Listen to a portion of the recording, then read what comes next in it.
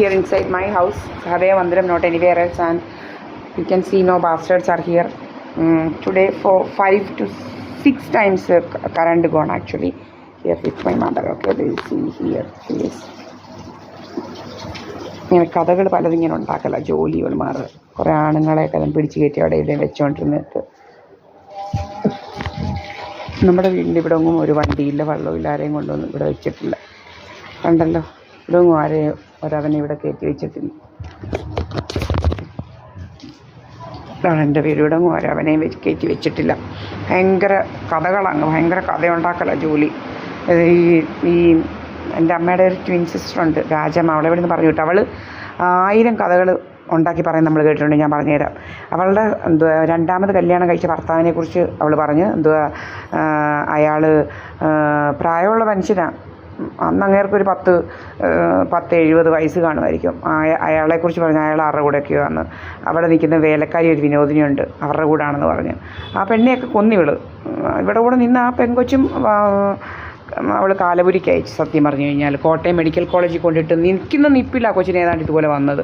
ഏതാണ്ട് തലയ്ക്ക് ഇതുപോലെ അടിച്ചവളെ ശരിയാക്കിയത്, ഏതാണ്ടെല്ലാം കൊടുത്തവളെ ശരിയാക്കി. വെറും 10-25 വയസ്സേ ഉള്ളായിരുന്നു. അവൾക്ക് 50 ഒന്നും ഇല്ലായിരുന്നു. 25 വയസ്സിലെ അവളെ റെഡിയാക്കി കേട്ടോ.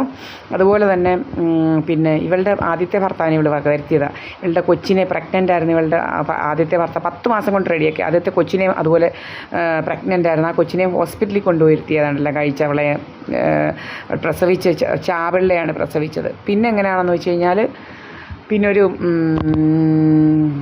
തുമ്പോണൊരു ഇവരുടെയൊക്കെ ഒരു അപ്പച്ചിയുടെ ഒരു മോൻ്റെ മോളുണ്ട്, തുമ്പോണെ തമ്പാൻ എന്ന് പറയും. അയാൾ വെറ്റിനറി ഡയറക്ടറൊക്കെ ആയിരുന്നു. അയാളുടെ മൂത്ത മോളെ കൊണ്ട് കുറേ കഥ പറഞ്ഞു. സുകുമാരൻ വല്യച്ഛൻ എന്ന് പറയുന്ന ഇവരുടെ രണ്ടാമത് കല്യാണം കഴിച്ച ഭർത്താവായ പൊടിയൻ ചിറ്റപ്പൻ്റെ ചേട്ടൻ്റെ മോൻ്റെ കൂടായിരുന്നെന്ന് പറഞ്ഞുകൊണ്ട് കഥ പറഞ്ഞു. പിന്നെ എന്നെക്കുറിച്ച് കുറേ കഥ പറഞ്ഞു. അതുപോലെ രവീന്ദ്രൻ എന്ന് പറയുന്ന ഇവരുടെ ഭർത്താവിൻ്റെ ഇതുപോലെ സുകുമാരൻ വല്യച്ഛനും ഇവരുടെ ഭർത്താവായ നല്ലൂക്കാലയിൽ തങ്കപ്പൻ എന്ന് പറയുന്ന ആളുടെ അനിയൻ്റെ മോൻ പെത്തടീൻ അഡിക്റ്റാണ്, മറ്റേ അഡിക്റ്റാണെന്ന് പറഞ്ഞുകൊണ്ട് കുറേ കഥയുണ്ടാക്കി ഇവൾ ഇനി കഥയുണ്ടാക്കാത്ത ആളുകളില്ല. എന്നെക്കുറിച്ചും കുറേ കള്ളക്കഥകളെല്ലാം പറഞ്ഞത് അവിടുത്തെ ഒരു ലാലാജി എന്ന് പറയുന്ന ഒരെണ്ണം എന്നെ വിളിച്ച് പറഞ്ഞു, മോളെ അങ്ങോട്ടെങ്കിലും പോവല്ലേ, ഇവളും പലതാ പറയുന്നത്, നമ്മൾ ചെയ്യാത്ത കാര്യങ്ങളൊക്കെയാണ് പറയുന്നതെന്ന് പറഞ്ഞ്.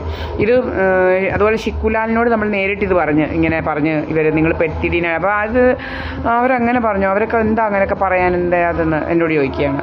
അപ്പോൾ ഇവർക്കൊന്നും അറിയത്തില്ല. ഇവരങ്ങനെയൊന്നും പെത്തിടീൻ അഡിക്റ്റും ഒന്നുമില്ല. നമ്മൾക്ക് അറിയാവുന്ന അയാളെ നല്ലപോലെ കേട്ടോ. അപ്പം ഇങ്ങനെ ആൾക്കാരെ കൊണ്ട് ഇങ്ങനെ കള്ളക്കഥകൾ പറഞ്ഞ് നടക്കുക ഇവളുടെ ജോലി. ശരിക്കും പറഞ്ഞു കഴിഞ്ഞാൽ നമ്പർ 1 ഫ്രോഡാണ് ഇവൾ. ഇപ്പം ഫോണൊക്കെ ഓഫ് ചെയ്ത് വെച്ചുകൊണ്ട് നടക്കുക.